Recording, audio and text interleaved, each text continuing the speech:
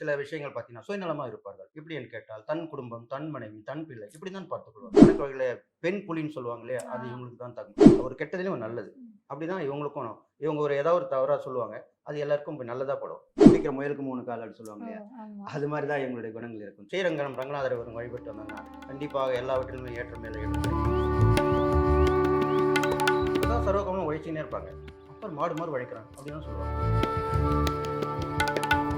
புதன்கிழமையில சக்கரத்தாழ்வாருக்கு ஏலக்காய் மாலை போட்டு நெய் தீபம் போட்டு வணங்கி வந்தாங்கனாலே 11 தடவை சுத்தி வரணும். இவங்களுக்கு மேலும் மேலும் சக்தி கூடும். 27 நட்சத்திரங்களுக்குரிய தனித்துவமான குணாதிசயங்களை நம்ம தெரிஞ்சுட்டு வந்துட்டு இருக்கோம். அந்த வகையில இப்ப நம்ம அடுத்து பார்க்க போறது ஆயில்யம் நட்சத்திரம். இதில் பிறந்தவர்களுடைய குணாதிசயங்கள் எப்படி இருக்கும்? கண்டிப்பாக. ஆயில்ய நட்சத்திரம் ஆதிசேஷன் பிறந்த நட்சத்திரமாக சொல்லப்படுகிறது. ஆதிசேஷன் என்றால் 5 தலை நாகம். பெரும்பாலும் கிருஷ்ண பரமாத்மாவுக்கு அவரு அது மேல தான் பள்ளி கொண்டிருப்பார். ஆதிசேஷன் அவதாரமே அந்த நோக்கத்தில் தான். அவரை காப்பாற்றக்கூடிய நட்சத்திரம் தான் ஆதிசேஷன் நட்சத்திரம். அதுதான் ஆயில்யத்தில் பிறந்தது. அந்த ஆயில்யத்திலே பிறந்தவர்கள் கண்டிப்பாக அன்பு காட்டுவதிலே ரொம்ப ஈடுபாடோடு இருப்பாங்க. அதுவும் பெண்களுக்கு தான் நிறைய அன்பு காட்டுவாங்க. இது இல்லாமல் அவர்களுக்கு சில விஷயங்கள் பார்த்தீங்கன்னா, சுயநலமா இருப்பார்கள். எப்படி என்று கேட்டால், தன் குடும்பம், தன் மனைவி, தன் பிள்ளை இப்படி தான் பார்த்துக் கொள்வார்கள் ஆயில்ய நட்சத்திரத்திலே. இருந்தாலும் ஆயில்ய நட்சத்திரத்தில பிறந்தவர்களும் ஆணா இருந்தாலும், பெண்ணா இருந்தாலும் நிர்வாகத்தன்மை படைச்சிடும். அவங்களும் கணக்கு வழிகளில் வெற்றி பெறுவார்கள். நிறைய பிளான் பண்ணுவாங்க. அவங்கள இந்திரஜித்துன்னு கூட சொல்லலாம். எப்படின்னு கேட்டீங்கன்னா, இந்த கண்ல புகுந்து அந்த கண்ல வந்துருவாங்க. அப்படி.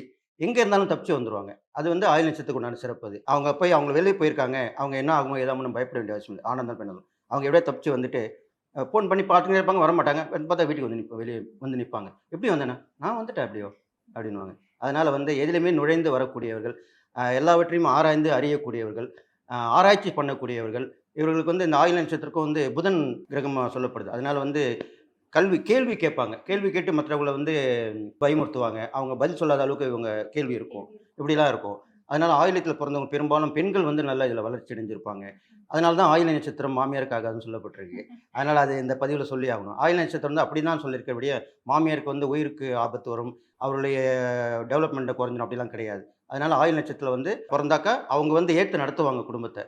அதனால பயப்பட வேணாம். இதை பார்த்துக் கொண்டிருப்பது ஆயில்ய நட்சத்திர பெண்ணா இருந்தால் கண்டிப்பாக திருமணம் செய்து வைக்கலாம். அதனால் எந்த பிரச்சனையும் வராது. ஆயில்யத்தில பிறந்தவர்களுக்கு ஆதிசேஷன் சொல்லியிருக்கேன். இது இல்லாமல் பெருமாளுடைய ஆசீர்வாதம் கண்டிப்பா உங்களுக்கு கிடைக்கும். அந்த பள்ளி கொண்டிருக்க ரங்கநாதர் அவரை வழிபட்டு வந்தாங்கன்னா இவங்களுக்கு கண்டிப்பா நன்மை நடக்கும். அதனால ஆயில்ய நட்சத்திரம் எல்லாவற்றிலுமே சிறந்த நட்சத்திரமாக சொல்லப்படுகிறது. சிறப்புங்க ஐயா. ஜெகத்தை ஆளக்கூடிய மகம்னு சொல்லுவாங்க. மக நட்சத்திரத்தில் பிறந்தவர்களுடைய குணாதிசயங்கள் பத்தி சொல்லுங்க ஐயா. கண்டிப்பாக. மகத்தில் பிறந்தவர் ஜெகத்தை ஆளலாம் அப்படிதான் சொல்லுவாங்க. இது கூட இந்த மகத்தில் நட்சத்திரம் பார்த்தீங்கன்னா, என்னுடைய அனுபவத்திலும் ஆராய்ச்சியிலும் பார்த்தீங்கன்னா, பெரும்பாலும் பெண்கள் தான் உயர்ந்திருக்கிறாங்க. மகத்தில் பிறந்த ஒரு ஆண் சோபிக்க முடியாது. அவர்கள் முன்னேற்றம் கிடைக்காது. ஆனால் அதே பெண்ணாக இருந்தால், அவர்கள் ஜெகத்தை ஆளும். இது கண்கூடா கண்டிருக்கோம். நம்ம நாட்ல ஆட்சி புரிஞ்சு போயிருக்காங்க. அதனால மக நட்சத்திரத்தில பிறந்தவங்களுக்கு அந்த மாரி ஒரு திறமை அது மட்டும் திறமை. நல்ல அன்பு இருக்கும். அவங்களோட பழகும்போது தான் தெரியும். வெளி தோற்றத்துக்கு அவர்களை பார்த்து நம்ம பயப்படக்கூடியவங்களா இருப்பாங்க. ஆனா நம்ம அவங்களோட பழகுனா நல்ல அன்ப காட்டுவாங்க. ஒருத்தருக்கு ஒருத்தர் அதாவது நீ ஒண்ணு பண்ணா நான் ஒண்ணு பண்ணுவோம். அந்த மாரி ஒரு பாலிசி கொண்டவங்க. கிவ் அண்ட் டேக் பாலிசின்னு சொல்லுவாங்க. அது மாரி உள்ளவங்க. இது இல்லாமல் ஆழ்ந்த சிந்தனையாளர்கள். ஆழ்ந்த சிந்தனையாளர்கள். நெறைய தத்துவங்கள் சொல்லுவாங்க. மத்தவங்களுக்கு ரொம்ப பிரயோஜனமா இருக்கும். இது மாரிலாம் நடக்கும். இது இல்லாம மகத்துக்கு சுக்கிரன் தான் அதிதேவதையா சொல்லப்பட்டிருக்கு. அந்த சுக்கிரன் வழிபட சொல்ல ஸ்ரீரங்கம் சொல்லப்பட்டிருக்கு. ஸ்ரீரங்கம் ரங்கநாதர் இவங்க வழிபட்டு வந்தாங்கன்னா, கண்டிப்பாக எல்லாவற்றிலுமே ஏற்றம் மேல ஏற்றம் கிடைக்கும்னு சொல்லிட்டு, இந்த மக நட்சத்திரத்தில பிறந்தவங்க பெண்கள் பெரும்பாலும் வளர்ச்சி அடைவாங்க. ஆண்களுக்கு தோல்வியா இருந்தால், அவர்கள் பெண்கள் இந்த மாரி மக நட்சத்திரத்தில யாரோடு இருந்தால், அவரோட இவங்க தொடர்ந்து இருந்தால், இவர்களுக்கு நல்ல பலன் அவர்கள் மூலியமாக கிடைக்கும் என்பது சொல்லி, மகத்தில் பிறந்தவர் ஜெயத்தை ஆளலாம் என்பது கண்டிப்பான உண்மையான பழமொழி தான் அது. அதுக்கேற்ற மாரி தான் அவங்க நடந்து வருவார்கள்.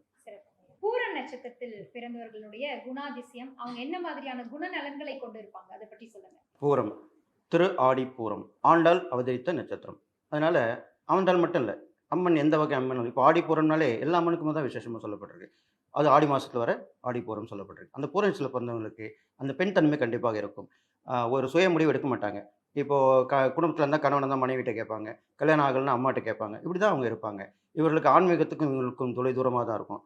ஒரு என்னன்னா என்ன அவ்வளோதான். இது இல்லாமல் பூர நட்சத்திரத்தில பிறந்தவங்களுக்கு அவர்களும் ஆராய்ச்சியில் சிறந்து விளங்குவார்கள். சுக்கிரனுடைய நட்சத்திரமா சொல்லப்பட்டிருக்கனால, இவர்கள் புது புதான கண்டுபிடிப்புகள் கண்டுபிடிப்பார்கள். அது அதுக்கு வரும். அது இல்லாமல் நம்ம சொல்றத அவங்க கேட்க மாட்டாங்க. நம்ம எது சொன்னாலும் அவங்க கேட்க மாட்டாங்க. அவங்க இஷ்டப்படி தான் நடக்கும். அதுக்கப்புறம் அது பலன் அடைஞ்ச பிறகு தான் அவங்க திருப்பி அடுத்த நிலைமைக்கு வருவாங்க. திருப்பி பழையபடி வேதாளம் மரத்துல ஏறுற மாரி அதே மாரி தான் போயிடுவாங்க. அதனால பூர்வ நட்சத்திரத்தில வந்து ரொம்ப அவங்கள கொண்டு வரது வந்து சாதாரண விஷயம் இல்ல. இது பூர்வ நட்சத்திரக்காரங்க நட்பா இருந்துட்டா, பாடும் பாடு, கணவனா இருந்தாலும், மனைவியா இருந்தாலும், நட்பா இருந்தாலும் ரொம்ப கஷ்டமா இருக்கும். அதனால அவங்கள எப்படி கொண்டு வரதுன்னே தெரியாம முழிக்கக்கூடிய ஒரு நட்சத்திரம் பூர்வ நட்சத்திரம் சொல்லப்படுகிறது.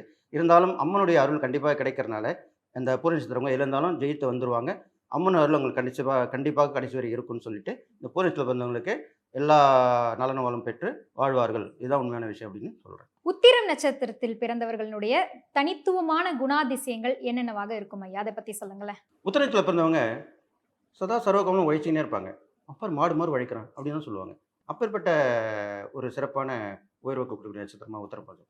உத்திரத்தில பிறந்தது வந்து சாஸ்தான்ற ஐயப்பன் தான் பொறந்திருக்காரு. அதனால இவங்க ஐயப்பனுக்கு விரதம் வந்து வழிபட்டு வந்தா நல்லாயிருக்கும். இதில சிம்மத்திலயும் உத்திர நட்சத்திரம் இருக்கு. கன்னி ராசிலயும் இருக்கு. அதனால சிம்மத்தில இருக்கிறனால அவ்வளோ வந்து தெய்வ நம்பிக்கை இருக்காது.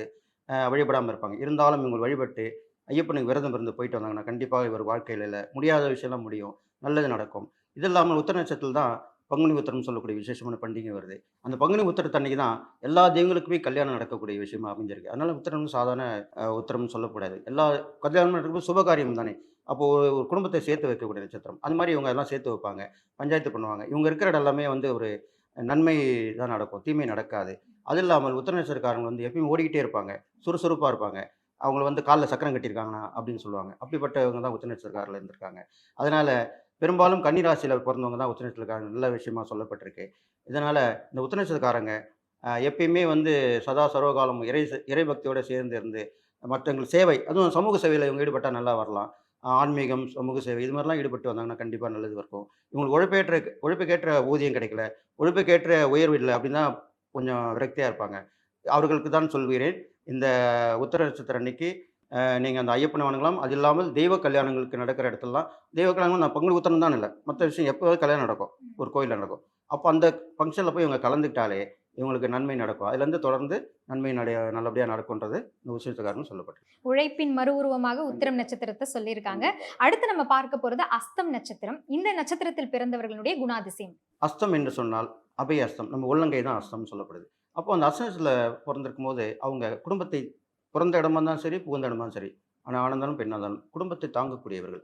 எல்லாரையும் வந்து அனுசரிச்சு பண்ணக்கூடியவங்க. எல்லாருக்குமே ஆதரவா இருப்பாங்க அஸ்தமத்திலக்காரங்க. அதே மாரி கல்வி கேள்வியில சிறந்து விளங்குவாங்க. ஒரு படிப்பு படிச்சாங்கன்னா, அதுலேருந்து இந்த படிப்பு படிச்சா இது போலாமா? நல்லாயிருக்கும். அப்படின்னு ஆராய்ச்சி பண்ணி அது கொண்டு போடுவாங்க. மத்தவங்களுக்கு அட்வைஸ் பண்ணுவாங்க. அது இல்லாமல வந்து ஷேர் மார்க்கெட்டு, பணம் புழங்குற இடம், பணத்த எப்படி வர வைக்கிறது? அப்படின்றது இந்த அஸ்த நட்சத்திரக்காரனுக்கு கண்டிப்பா தெரிஞ்சிருக்கும். அஸ்தத்துல பொறந்தவர் தான் சாட்சாத் அந்த எல்லாம் வல்ல மகா கணபதி. விநாயகர் பொறந்த நட்சத்திரம் அஸ்தம். அதனால அஸ்த நட்சத்திரத்தில தான் விநாயகர் பொறந்திருக்காரு. அதனால எல்லா விஷயங்களும் இவங்களுக்கு கத்துப்படியா இருக்கும். எல்லாமே புரியும். இவருக்கு வாயே நல்லதும் செய்யும், கெட்டதும் செய்யும்.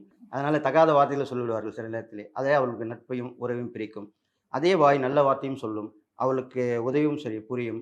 நல்ல புத்திமதியும் சொல்லும். அதனால வசனத்தில பிறந்தவங்களுக்கு குடும்பத்தை தாங்கக்கூடிய ஒரு அமைப்பும், எல்லாரையும் அனுசரித்துக் கொள்ள சில ஆற்றலும், பேச்சு திறமையும் உண்டுன்னு சொல்லிட்டு, இந்த அஸ்தத்தில இருக்கிற பொறந்தவங்களுக்கு விநாயகர வழிபட்டு வந்தாங்கன்னா, எங்க போனாலுமே விநாயகர் தான் அவங்களுக்கு. விநாயகர வழிபட்டு வந்தாலே போதுமானதா சொல்லப்பட்டிருக்கு. அதனால அஸ்தத்தில இருக்கிறவங்க கண்டிப்பாக உயர்வார்கள் என்று சொல்கிறேன். சிறப்புங்க ஐயா. ஒரு சில நட்சத்திரங்கள தான் பெயரா வைப்பாங்க. அஸ்வினி, பரணின்னு. அதே மாதிரி தான் இந்த சித்திரை நட்சத்திரமும், கண்டிப்பா. சித்ரான்னு பேர் வைப்பாங்க. கண்டிப்பா. இவங்களுடைய குணாதிசயம் எப்படி இருக்குங்க ஐயா? சித்திரை அப்பன் தெருவிலே அப்படின்னு சொல்லியிருக்காங்க. அப்போ ஏன் அப்படி சொன்னாங்கன்னா, சித்திரை மாசத்துல குழந்தை பிறக்கும்போது, ரொம்ப வெயில் கடுமையா தானே இருக்கும். உஷ்ணமா இருக்கும். உஷ்ணமா இருக்கும். ம். அப்போ வந்து அந்த நேரத்துல வந்து அலைச்சல் திருச்சலா இருக்கும். எதுவுமே ஒரு இடத்துல சாதிக்க முடியாது. ஒரு வேலை செய்ய முடியாது. ஒரு வருமானம் கிடையாது. வருமானம் செஞ்சு உழைக்க முடியாது. ரொம்ப பிரச்சனையா இருக்கும். அப்போ வந்து குழந்தைக்காக பாடுபடக்கூடிய சூழ்நிலையா இருக்கும். அப்போ ஒரு ஓடி ஓடி சம்பாதிச்சாலும் ஒண்ணுமே ஒட்டாது. இருக்கிறது தான் ஒட்டும்ன்னு சொல்லுவாங்க. அந்த மாரி தான் சொல்லப்பட்டதுனால தான் சித்திரை அப்பன் தெருவுன்னு சொன்னாங்க. இருந்தாலும் சித்திரை நட்சத்திரத்தில பொறந்தவர்கள் ஆணை விட பெண்கள் தான் பாக்கியசாலிகள். அவர்கள் வந்து திறமையா இருப்பார்கள். கண்டிப்பாக சித்திரத்தில பொறந்தவங்க. அவங்க வந்து படிப்பு இருந்தாலும், இல்லனாலும் வேலைக்கு போயிடுவாங்க. சம்பாதிச்சுப்பாங்க. குடும்பத்த காப்பாத்துவாங்க. கணக்கு வழக்குல நான் சிறந்து விளங்குவாங்க. இந்த சித்திரை நட்சத்திரத்துக்கு வந்து செவ்வாய் தான் கிரகமா சொல்லப்பட்டிருக்கு. அதனால இவங்களுக்கும் அந்த நிர்வாக திறமை, போலீஸ், ராணுவம் இது எல்லாமே சித்திரை நட்சத்திரக்காரங்க தான் இருப்பாங்க. இது இல்லாம சித்திரை நட்சத்திரத்தில வந்து அதிதேவதைன்னு சொல்லும்போது சக்கரத்தாழ்வார் சொல்லப்பட்டிருக்கு. சக்கரத்தாழ்வார்னா பெருமாள் கையில இருக்கிற சக்கரம். அதாங்க சங்க சக்கரம் சொல்லுவாங்க இல்லையா? அந்த சக்கரத்தாழ்வார் தான் சித்திரை நட்சத்திரத்துடைய அதிதேவதை சொல்லப்பட்டிருக்கு. அதனால அவர் சித்திரை நட்சத்திரத்துடைய பொறந்தவங்கலாம் புதன்கிழமையில சக்கரத்தாழ்வாருக்கு ஏலக்காய் மாலை போட்டு நெய் தீபம் போட்டு வணங்கி வந்தாங்கனாலே 11 தடவ சுத்தி வரணும். பரிகாரத்துக்கு எல்லாருமே 11 தான். 11 தடவ சுத்தி வந்தாங்கன்னா, இவங்களுக்கு மேலும் மேலும் சக்தி கூடும்.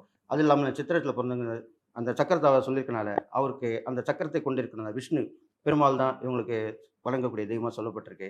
அதனால் இவங்க வந்து கணக்கு வகையில் பெண் புலின்னு சொல்லுவாங்க இல்லையா, அது இவங்களுக்கு தான் தகும். அதனால தான் சொன்னேன், சித்திரத்தில் பிறந்த பெண்களுக்கு வந்து பலம் கூட. அதனால் சொல்லப்பட்டிருக்கு. அதனால் இவங்களுக்கும் கோபம், ரோஷம் அதெல்லாமே இருக்கும். அதை அனுசரித்து இவங்க கூட நடக்கணும். இவங்க கூட இப்போ நட்பு பாராட்டுறதுக்கு கொஞ்சம் லிமிட்டாக தான் இருக்கணும். அதனால் இவங்க எல்லாத்துலேயுமே சிறந்தவங்களுவாங்க. முன்னாடியே சொல்லக்கூடிய திறமையும் இவங்களுக்கு உண்டு. அந்த மாதிரி ஒரு சிறப்பான குணநலன்களை நட்சத்திரமா கொண்டவர்கள். சொல்லலாம். சிறப்பு. இதுதான் முக்கியமான விஷயம். இவங்க சொல்றது கெட்டதா இருந்தா கூட நல்லதா தான் படும். அப்படிப்பட்டவங்க குணங்கள் சில நேரத்துல வந்து போகும்.